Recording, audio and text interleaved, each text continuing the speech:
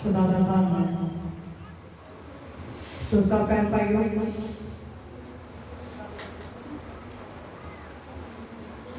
अज का जो सलीबी दिन साढ़े जीवन च आया,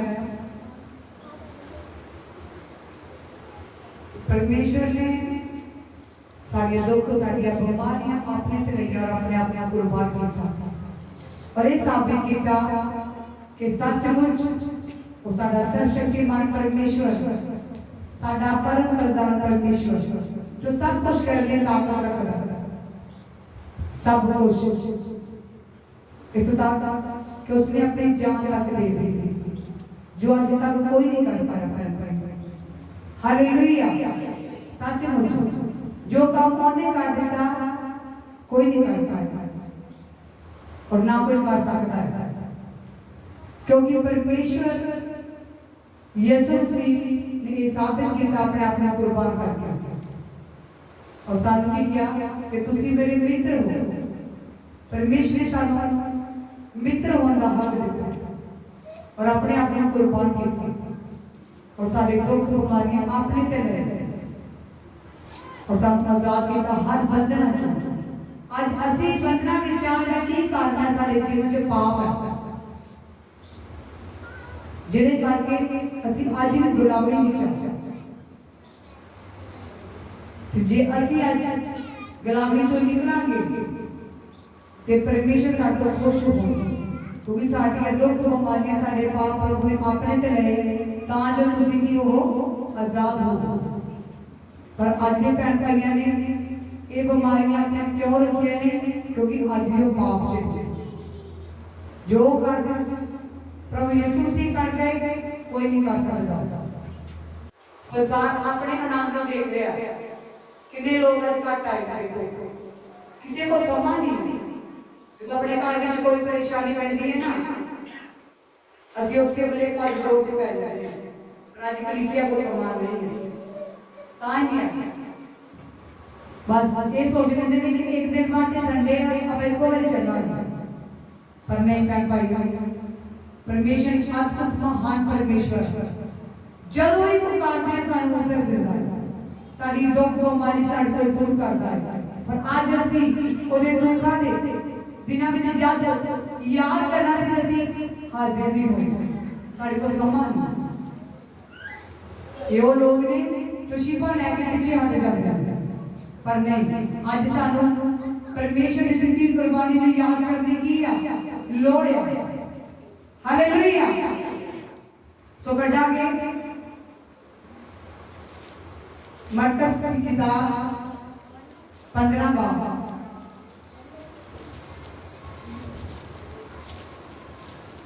प्रभु यीशु मसीह जिन्हां नाल रहंदे सी, अपने चेलियां नाल, अपनी कलीसिया दे नाल रहंदे सी, अपनियां वचना विचों गल्लां दसदे सी, उन्हां नूं सिखाउंदे सी और उन्हां विचों दस्सिया गया कि एक चेला जिसने उन्हां नूं फड़वा दिता और जब पहुंचे जिथे उन्हां नूं लैण वास्ते आए सी, वो बुजुर्ग वो फरीसी वो बुजुर्ग जेड़े ग्रंथी सी, प्रधान जाजक सी, जो बार बार उन्हां नाल खारबाजी रखदे सी और उन्हें फड़ना चाहते सी, क्योंकि परमेश्वर के द्वारा बहुत बड़े अद्भुत काम होंदे सी जिन्हां कारण उन्हां दी वैल्यू घटती जाती सी और परमेश्वर अगे बढ़ते जाते सी। पीड़ा दी पीड़ा उन्हां दे नाल रहिंदियां सी, उन्हां दे जीवन अद्भुत काम होंदे सी और वो देखते सी कि इंसान फड़िया जाए। कटो मरकस 15 ओदी फर्स्ट है। ਸਵੇਰ ਹੁੰਦਿਆਂ ਹੀ ਪ੍ਰਧਾਨ ਜਾਜਕਾਂ ਨੇ ਪ੍ਰਭੂ ਦੀ ਸਲੀਬੀ ਮੌਤ ਸਵੇਰ ਹੁੰਦਿਆਂ ਹੀ ਪ੍ਰਧਾਨ ਜਾਜਕਾਂ ਨੇ ਬਜ਼ੁਰਗਾਂ ਤੇ ਗ੍ਰੰਥੀਆਂ ਸਣੇ ਔਰ ਸਾਰੀ ਮਹਾਸਭਾ ਨੇ ਸਲਾਹ ਕਰਕੇ ਯਿਸੂ ਨੂੰ ਬੰਨਿਆ ਅਤੇ ਲੈ ਜਾ ਕੇ ਪਿਲਾਤੁਸ ਦੇ ਹਵਾਲੇ ਕੀਤਾ। हालेलुया। ਹਾਲੇਲੂਇਆ। माइक दो ब्रदर बहुत जल्दी करते हैं पर माइक नहीं लेते, माइक दो।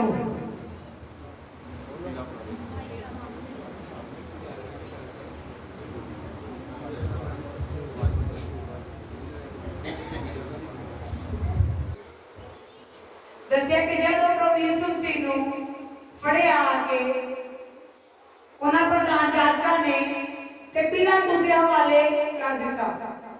ਹਾਂਜੀ ਪੜੋ ਭਾਜੀ ਸੇ ਆ ਗਿਆ।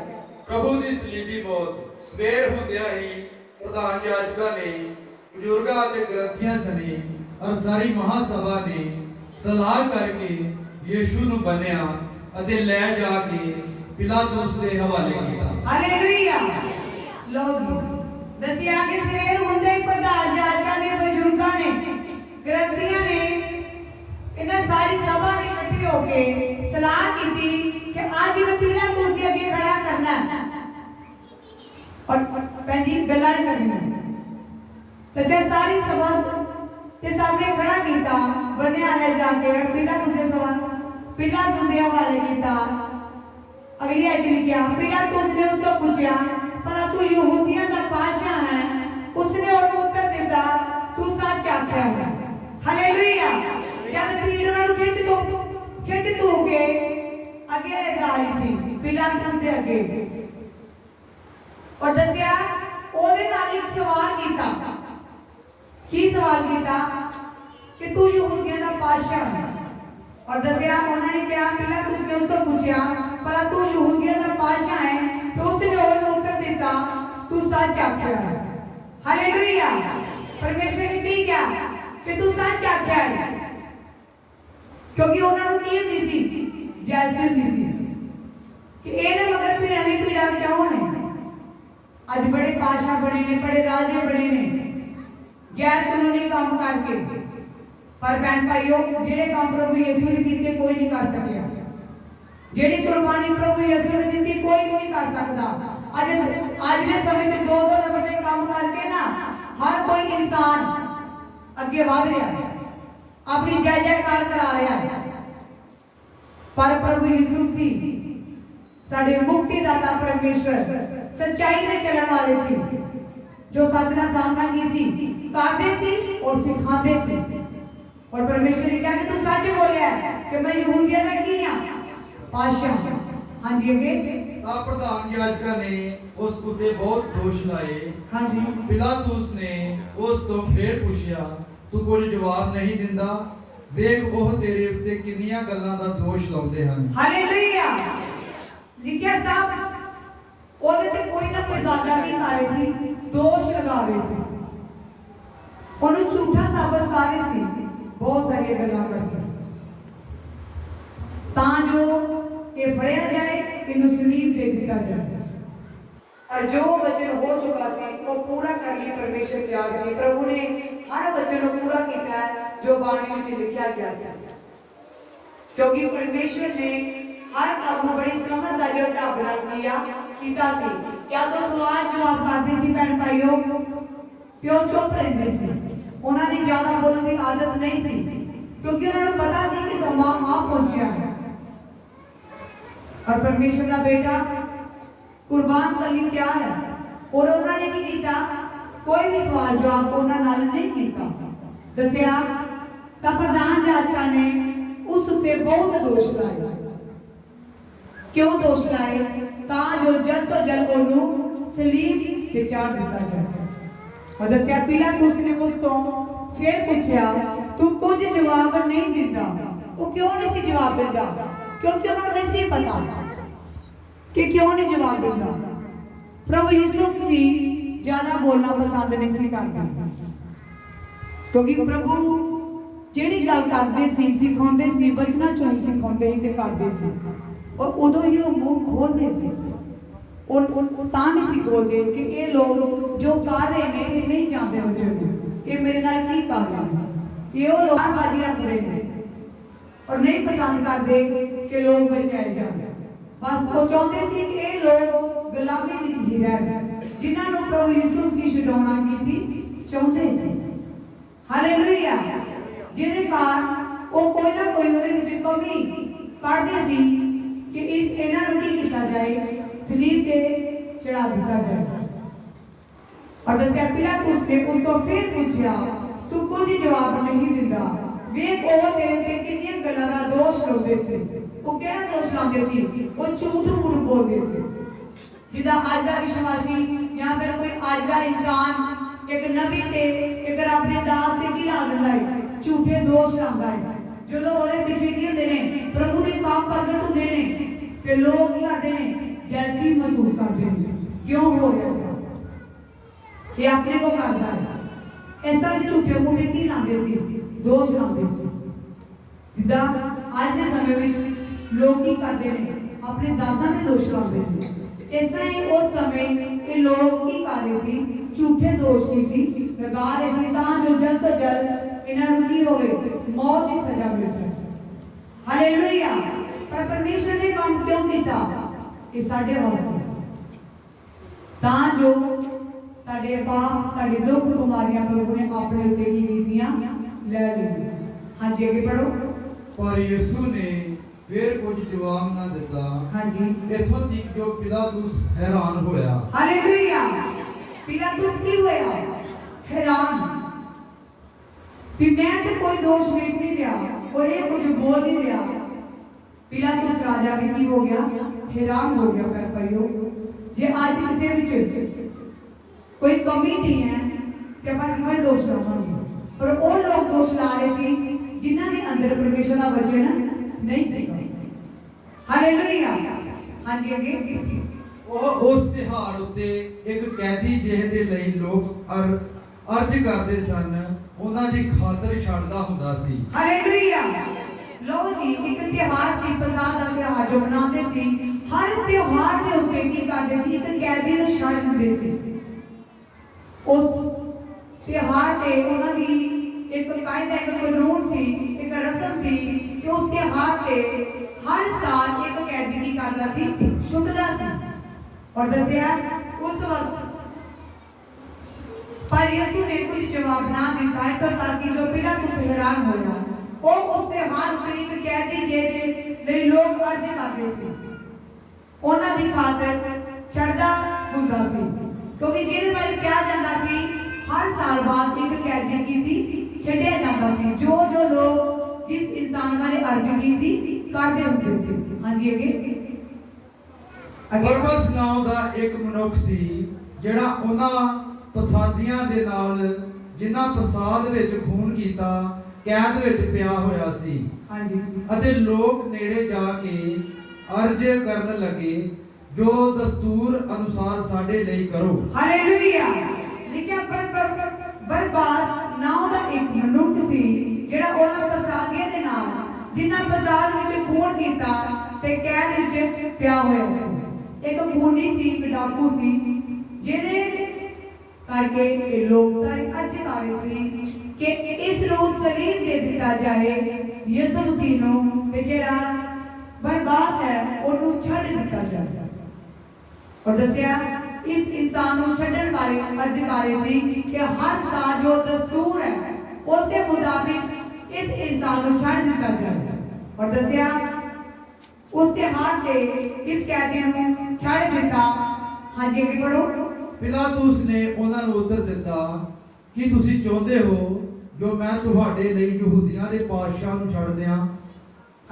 क्यों जो ਉਹਨੇ ਮਾਲੂਮ ਕੀਤਾ ਸੀ ਭਈ ਪ੍ਰਧਾਨ ਯਾਜਕਾਂ ਨੇ ਖਾਰ ਦੇ ਮਾਰੇ ਉਹਨੂੰ ਹਵਾਲੇ ਕੀਤਾ ਹੈ। ਹਾਲੇਲੂਇਆ। ਪਿਲਾਤੁਸ ਨੇ ਉਹਨਾਂ ਨੂੰ ਉੱਤਰ ਦਿੱਤਾ ਕਿ ਤੁਸੀਂ ਚਾਹੁੰਦੇ ਹੋ ਜੋ ਮੈਂ ਤੁਹਾਡੇ ਲਈ ਯਹੂਦੀਆਂ ਦੇ ਪਾਤਸ਼ਾਹ ਨੂੰ ਛੱਡ ਦਿਆਂ। ਔਰ ਦੱਸਿਆ ਕਿਉਂ ਜੋ ਉਹਨੇ ਮਾਲੂਮ ਕੀਤਾ ਸੀ ਕੀ ਹੋਇਆ ਸੀ।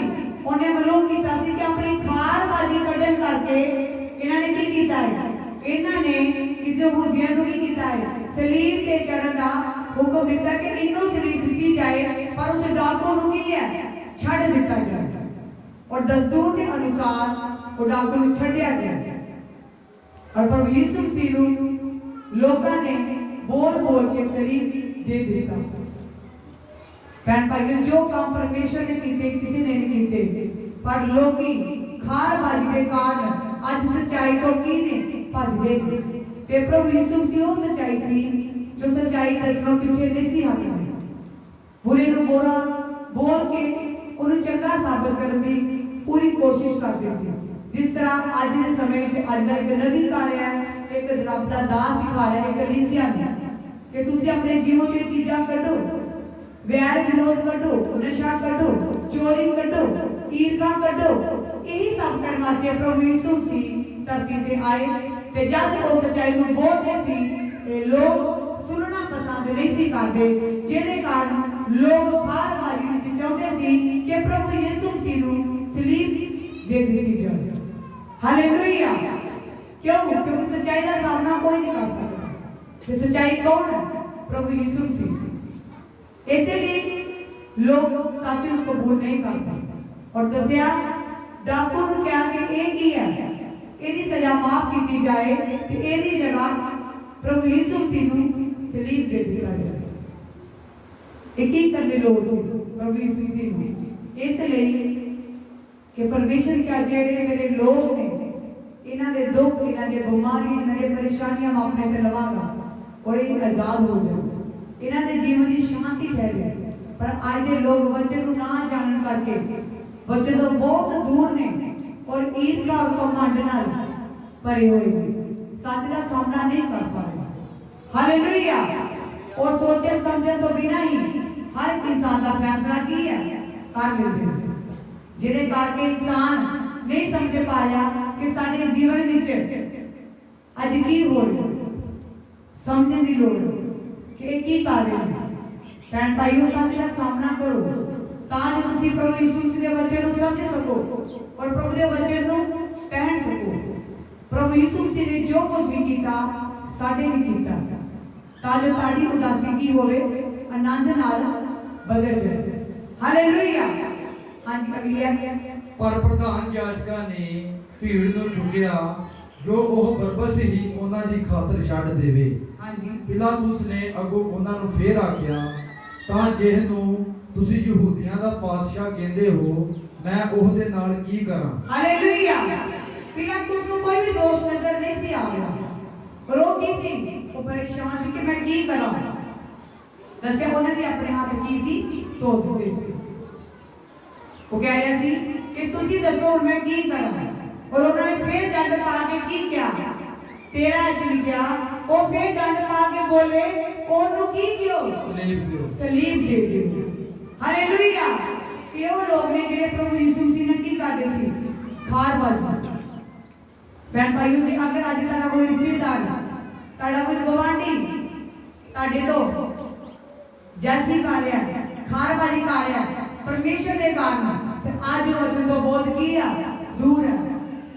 असल च उन्हें सच्चाई का नहीं पता कि प्रभु यीशु मसीह एक सर्वशक्तिमान साडे मुक्तिदाता परमेश्वर ने जो उन्होंने कर दिता कोई अज तक नहीं कर पाया। उन्होंने वचन नहीं है क्योंकि परमेश्वर ने वचन से कहा कि ज्ञान ना होने करके मेरी प्रजा नहीं हो रहा नाश हो गया। हालेलुया। इसे करके इन्हां लोगों ने इको ही रोला पाना शुरू कर दिता कि इसको की दे दियो सलीब दे दियो। हालेलुया। उन्होंने नहीं किया, ज्ञान नहीं रखा, सच का सामना नहीं किया, सच्चाई को नहीं किया, खत्म किया। पर नहीं, प्रभु यीशु मसीह की ने आज के काल जुगा जुग की ने जिंदे साडे जीवन की जिंदा है वो कभी नहीं मिलेगा क्योंकि आज उनका कलाम जो साडे जीवन है वो हमेशा सानू की करता है जिंदा एक जिंदी आस पैदा करता साडे जीवन में। हालेलुया। हाँ जी, 37 पढ़ो। पिलातुस ने 37 ਅਤੇ ਹੈਕਲ ਦਾ ਪਰਦਾ ਉੱਪਰੋਂ ਲੈ ਕੇ ਹੇਠਾਂ ਤੀਕਰ ਪਾਟ ਕੇ 2 ਹੋ ਗਿਆ, ਜਾਂ ਉਹ ਉਸ ਸੂਬੇਦਾਰ ਨੇ ਜਿਹੜਾ ਉਹਦੇ ਸਾਹਮਣੇ ਖੜਾ ਸੀ ਇਹ ਵੇਖਿਆ। ਆਮੀਨ। 37 ਤੋਂ ਪੜੋ।